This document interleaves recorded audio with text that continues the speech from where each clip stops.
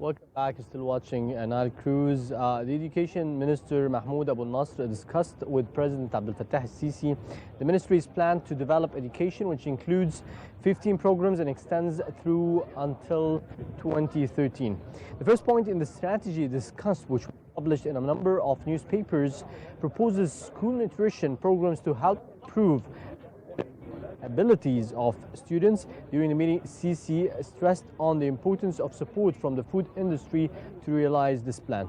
As for the development of students, the plan includes providing free extra classes, starting an educational channel, and decreasing the illiteracy rate. The strategy also includes preparing 60,000 students of technical education for the Gulf market. Sisi has supported the development of technologies used in schools in collaboration with the UAE in a joint project previously announced.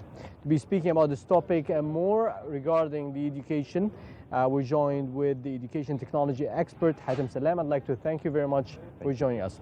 Also, I'd like to mention that you are the CEO of a software development company that's related with the education technology, and we're going to be using both your experiences in tackling this issue and learning more about education. Sure.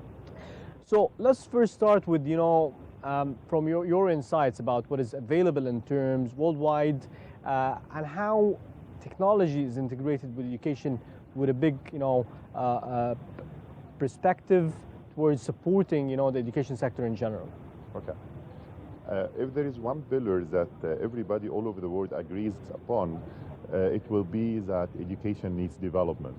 I mean, this will be happening, and you listen to that statement coming from like the very developed countries as well as the underdeveloped countries. And people are not satisfied with the outcomes of the educational processes all over the world. And this is the opportunity, because the whole world is actually standing on almost the same feet to realize this vision. And people looked at technology as a way to disrupt the current education processes and to help transform these educational systems, and with the hope of having like different outcomes. And actually this is where technology will come and play a certain role. I would believe that this is especially coming with the change management aspect of the educational current systems all over the world. To have a very specific example about that, think now about the uniqueness of the children. The education systems are designed for mass production, to have like people educated the same way, to have like mass production of people that can work in. This is a way of doing education that's suitable for the industrial ages, like 80 years back, like the World War I or II. But now with the knowledge industry all over the place, we need different outcomes. We need people who we can watch for their uniqueness and harvest this uniqueness in the best way possible. And to do that, we need to have like individualized learning plans for each and every student. We need a way to understand the uniqueness and to tackle this uniqueness. Yes. And without technology, we cannot do that. We don't have the capacity to do that. Let's jump into the challenges, because you have addressed and you have expertise in a number of education systems worldwide, and I understand you also have the lecture. You're a lecturer, so you're coming from the education background, definitely.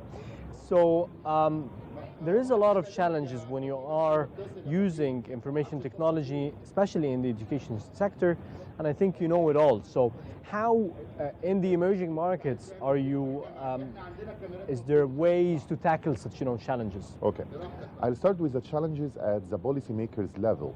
On the policymaker level, actually everybody agrees that they want to inject money to help the education system develop. Yes. But how can we measure the outcomes from this money thrown? I mean, what's the ROI for our investments in education on a nationwide example? And here, actually, all the nations, I mean, the very rich nations as well as like the poor nations, they have this need. And actually what we started to do and what we've seen a value for to tackle this challenge is to have a business intelligence solution that will help the governments and decision makers to understand and realize the return on investments that they are making and make sure that they direct that to the best or the most prioritized items they have. On another level, there is a problem about the content. It starts with printing the content, the money, the amount of money it actually it takes. So for example, in Egypt alone, we have more than 2 billion Egyptian pounds spent on printing the content for public schools. This is enormous. And you can just save them.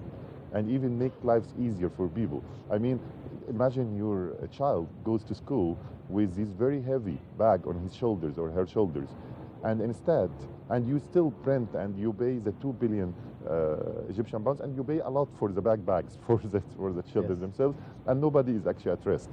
What can we achieve if we could electronize and digitize this content in a way that's not only equivalent to what we have right now, but it will be more interactive, and it will emphasize the understanding of the needs of each and every student, and it will address the real need of each and every student, and it will be linked to curriculum standards and outcomes and learning objectives, and it will result definitely into a better outcome from an educational process point of view. This is just one challenge that can be solved using educational technology. Think also about another example. In a classroom with the high capacity of people in emergent markets, I mean in Egypt, how many students are there in a typical classroom in a government school? It will be more than 50, 60 students, okay? Yes. And do you imagine in 45 minutes in a class session, you will have an opportunity for each and every student to express him or herself in a way that gives the teacher a way of understanding what this student is all about? Yes. This is very hard to achieve with the current capacities. But imagine if we can have like a very simple device for this student to vote for answers to certain multiple choice questions, or even to write answers to long questions. And still, the teacher will have a report about all the students. The students will not be shy to talk into the classroom. We'll have a contribution coming from each and every student. This is much better. This is just multiplying the results that we are having right now by multiples and multiples. Okay. Yes. Imagine the types of questions that we are throwing at our children, and how can we actually emphasize the problem-solving capabilities of these children. And the interactivity between the students. Exactly, and having like teams working on problems to solve. How can we achieve all of that without having a technology and without even affecting what's happening? I mean, affecting like the budget from a family, or how can we achieve that? These are all questions that can be answered by technology. But again, technology is not a goal by itself. It's just a means, and we need to think about it as like our objective is to enhance education and to transform education. And how can we achieve that using technologies at hand? That was exactly the question that I was going to ask you. I was thinking, about the segment, thinking about the education sector and the challenges that are existing for ages now. There is determination to enhance and develop the education in Egypt, but it is really struggling. So I was thinking that maybe it's beyond the government's control or the government's efforts. They need private sector and consultants to support in order to be moving towards a better education system in Egypt. So would you agree, and how do you think this should be implemented? Yeah, actually I would agree on the principle, definitely. And I would say that to achieve that, we need to create a winning strategy for every stakeholder that we want to engage in this whole process. I mean, if we want the private sector to come and invest in education, they need to have ROI for that. It's not just inviting them to volunteer and do that. This can happen for a certain period to achieve certain objectives. But I mean, to have sustainable solution for that, we need to create a value for these people to come and invest. And one good example of that, for example, is to look at the outcomes that, for example, manufacturers are looking for certain skill sets to be available. How can we achieve these skill sets through schooling system? Do we need to wait till the student goes from K to 12 to the higher education to be able to work in certain factory? No, we don't actually. We can use the money coming from factories into training and development and build schools specialized. And we used to have these kind of ideas in Egypt for a long time. What we need to do actually is to implement on a large scale and to have a scalability module for that and have management system behind it. Yes. I understand that you have the experience of several education systems. If you can speak to us a little bit about, how does the future look like? Yeah, well, that's a very interesting question actually, because to be very honest, I would not claim that I know the future. I don't know how it will look like. But you know the developed, yeah. you know the developed education system. What I will do, actually, I will try to project on what we are seeing and what we have seen in the past few years and what happened all over the world, how changes happened actually to education systems. Yes. So, for example, what we are seeing now, people struggle with developing teachers all over the world and to have like enough teachers to be enrolled in the education system. And one very innovative way of doing that, what's called flipped learning.